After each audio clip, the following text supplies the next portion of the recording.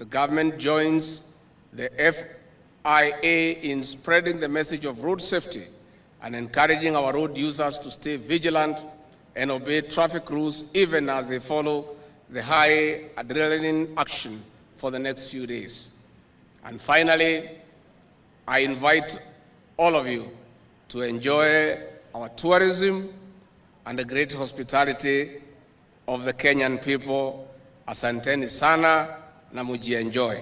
The WRC Safari Rally continues to be an important marketer of Kenyans' various tourist and cultural attractions.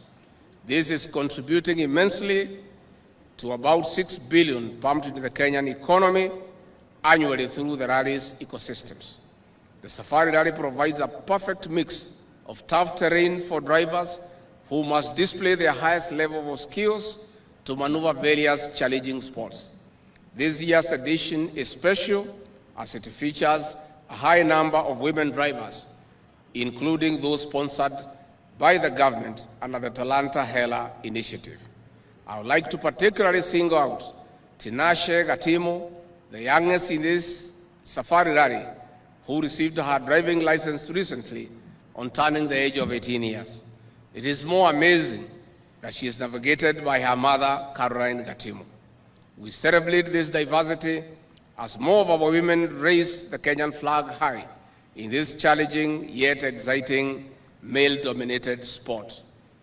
In 2021, the Safari Rally was reinstated into the World Rally Championship after the government's guarantee. Last year, the Safari Rally signed a deal with WRC promoter to keep our event in the World Rally Championship until at least the year 2026. We are committed to keeping it on the calendar for eternity. That is why today, the government remains the principal sponsor of WRC Safari Rally, which we celebrate as a rich Kenyan heritage. This year, our administration has voted a considerable sum as principal sponsor of the 2024 WRC Safari Rally. A few days ago, we hosted legends of the Safari Rally to dinner to appreciate their contribution to the success of this heritage over the years. President William Ruto restates the government's commitment to keeping the Safari Rally on the Global World Rally Championship calendar. This is through financial and technical support for the event to remain the toughest and the most exciting round of the World Rally Championship. At the height of the Mau Mau rebellion against the British in 1952, the state of emergency was declared in Kenya.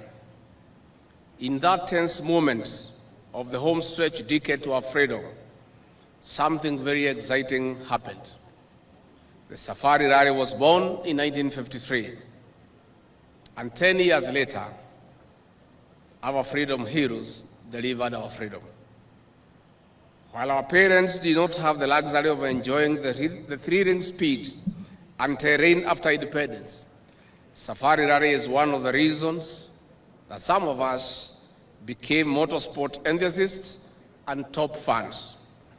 Today, we celebrate the 70th anniversary of the Safari Rally, which started off as the Coronation Rally in 1953 to mark the rise to the throne of Queen Elizabeth II.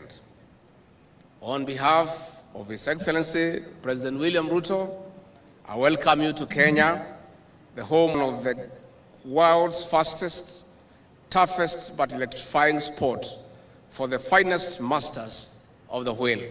We are equally excited to see our young drivers competing under the FIA Rally Star program, namely Hamza Anwal, Makri Kimathi, and Jeremiah Wahome. These represent a strong foundation for the sport in Kenya for posterity. We welcome the drivers and crew from over 20 nations, led by the current world champion, young Kalle Rovanperä of Finland, whose father, Harry Rovanperä, also competed in our prestigious rally.